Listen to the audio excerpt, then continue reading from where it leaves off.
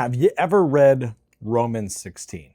Honestly, most of the time I just saw a list of names and kind of just skipped over it. But if you really dig into the names, you see something very interesting.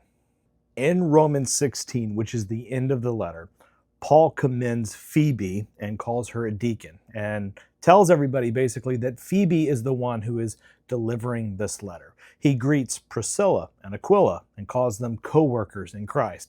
He mentions the church meeting in their home. He praises Mary for her hard work, and he honors Tryphena and Tryphosa for their labor for the Lord. And he recognizes another woman named Persis.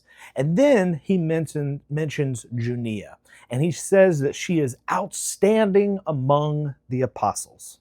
Now, I want you to think about that for a moment. Romans, the greatest theological letter that was ever written, is full of women serving with Paul. He mentions women who are serving, women who are leading, women who are working, women who are teaching, women who are hosting a church, and advancing the gospel. Now, here's something else that I recently heard from N.T. Wright.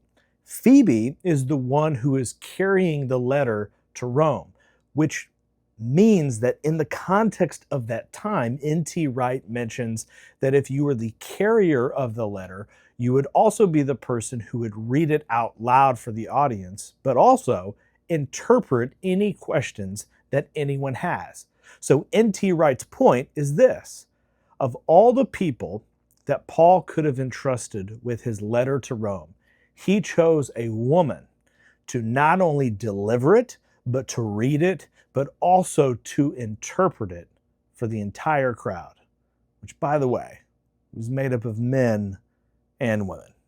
Now, I know there are a lot of debates and a lot of difficult passages to exegete and to go over, but here's my question that I just want you to wrestle with.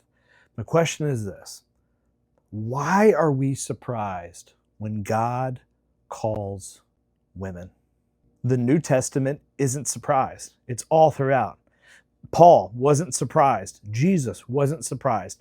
The same Jesus who entrusted the first proclamation of the resurrection to a woman also filled his church with women who lead, who serve, who teach, who disciple, and who advance the gospel. I mean, I'll even step away from the text for a minute and speak in my own life.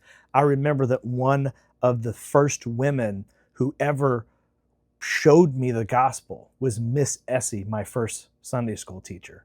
My youth pastor for all of my youth, middle school and high school, was a woman pastor by the name of Mona Downs, who discipled me and who taught me through my most formative years. And now I get the pleasure of watching my sister, who is called into full-time ministry, preach the word. Again, not just to children, but preach and teach the gospel to men and women in Fort Scott, Kansas. And I could not be more proud. As we deal with the question, can women be preachers? Man, maybe the question is this: why are we still arguing about what God has already been doing for 2,000 years?